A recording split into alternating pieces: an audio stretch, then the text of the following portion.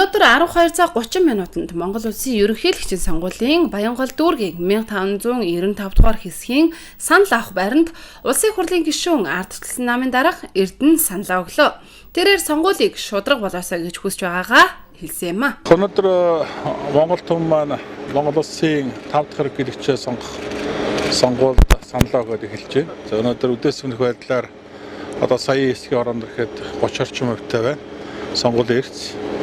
Энэ бол сонгуулийн эрц бас нэлээд сайн идэх иргэдийн оролцоо, сонгогчдын оролцоо сайн байна гэсэн ийм үзүүлэлт гэж харж байна. Мөн тэрээр ардчилсан нам лувер хийхээр завдаж байгаад баригдлаа хэмээн цахим ертөнцөд хараад байгаа энэ мэдээллийн талаар сонирхсон сэтгүүлчийн асуултанд ийхүү хариуллаа. Монголын улс төрийн түүхэнд байх бас энэ сонин үйл явдал болж байна.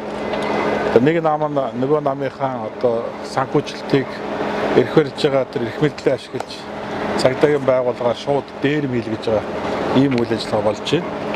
Тэгээ үндсэндээ бол баруун 5 аймгийн аслагдсан 5 аймагт ажиллаж байгаа ардчилсан намын 8000 гаруй ухуулагч, ажиглагч тэдний харилцаа холбоо бензин шатхуун зарцуулагдах хоол унааны зардалд явж исэн мөнгийг замд явж тээврийн хэрэгсэл дотор ачиж явсан машиныг саатуулаад тэгээ тэрийг юу гэж зарлж байгаа гэхээр одоо сонгогчдод одоо энэ мөнгийг тараах гэж явж исэн мэтэр ингэж одоо зарлж байгаа нь бол үнэхээр цагдаагийн байгууллага бол нэгдүгээр эрх үүргээ мэддэг юм уу эсвэл одоо өнөөгийн цагдаагийн байгууллага маань ингэтлээ одоо ус төрчсөн юм уу тийм өнөөгийн эрх баригчид төрийн байгууллагуудыг бол ирээ цээргүй увайгүй одоо энэ одоо өнөөдрийн сонгуулиуд ашиглаж байна. Тэгээд та бүхэн сая харсан байх жишээ Twitter дээр цэргийн байгууллагын удирдлага нь цэргийн дарга нь санал өгч байгаа цэрэгт шууд ингээ хуруугаараа заагаад энийг дугуйлгээд заагаад дугуйлуулж байгаа энэ одоо баримтууд тавигдлаа.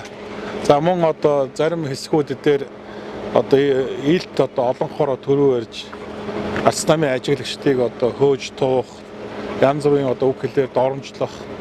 За тэгээд одоо тэр сонгогчдод санал өгөхөд нь хөндлөнгөөс нь оролцох гэдэг ийм янз бүрийн одоо увайгүй үйлдэлүүд бол нэлээд гарч байна. Тэгээд бид аль болох хүлээцтэй асуудалд одоо эв зүгээр зогцох, ойлголцох байдлаар бол одоо сонгуулийн үйл ажиллагаас хүндгэж хандж байгаа манай намаас бол мөн ардчилсан намын зүгээс өнөөдөр үдээс хойш сонгуулийн үеэр гарч байгаа зөрчлийн талаар тодорхой баримт дэлгэх хэвлэлийн бахурдлыг хийнэ гэдгээ мэдгдсэн юм а.